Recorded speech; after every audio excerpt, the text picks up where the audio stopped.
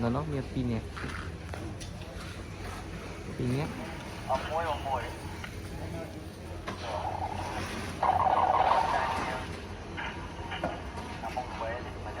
là cái đá bộ thao ấy đó nột cái đá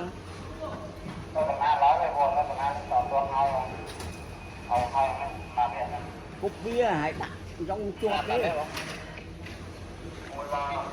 làm ra rồi trong màu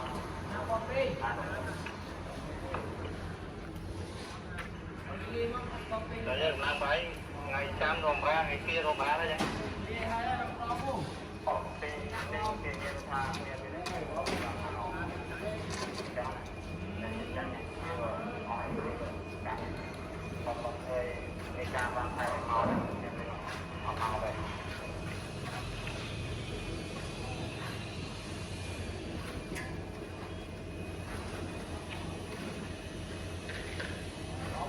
bụng bật đau lư món là mà ăn đau liền hả ca mưa từ ca kia nhìn tia bờ miền tia đau hả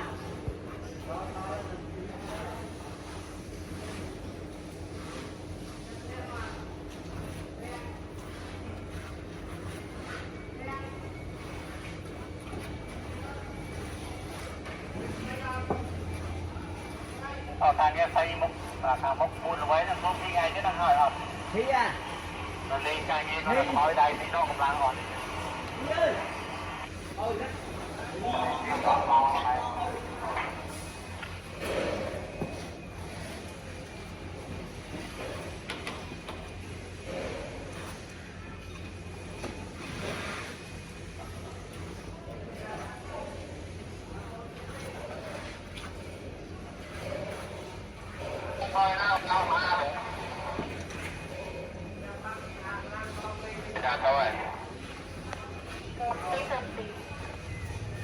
mà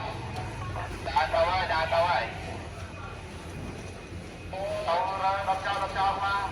ngày ngày tôi mình á là chậm lại được ra Việt Nam còn muối là mong bay rồi mình không làm nó ăn cái hay để sạch nghe đi thì mình chọc càng nghe tay còn một này nhung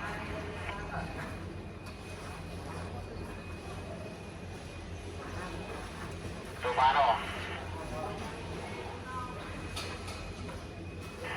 tôi bán nó bao mùi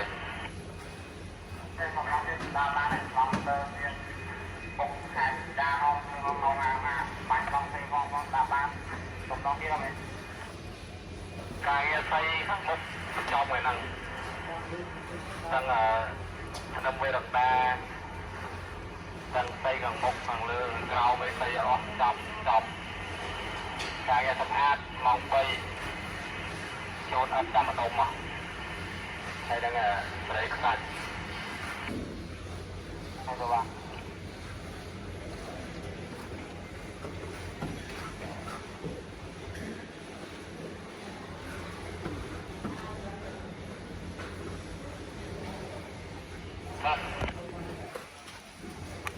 tôi mới tuôn ada nafas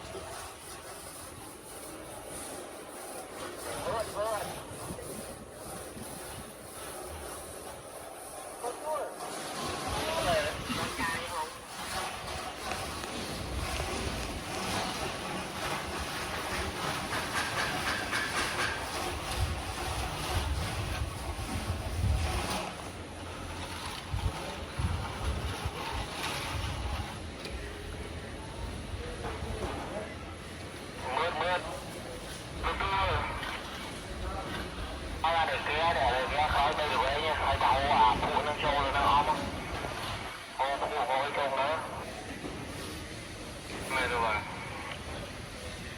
kênh Ghiền Mì Gõ để không bỏ lỡ những video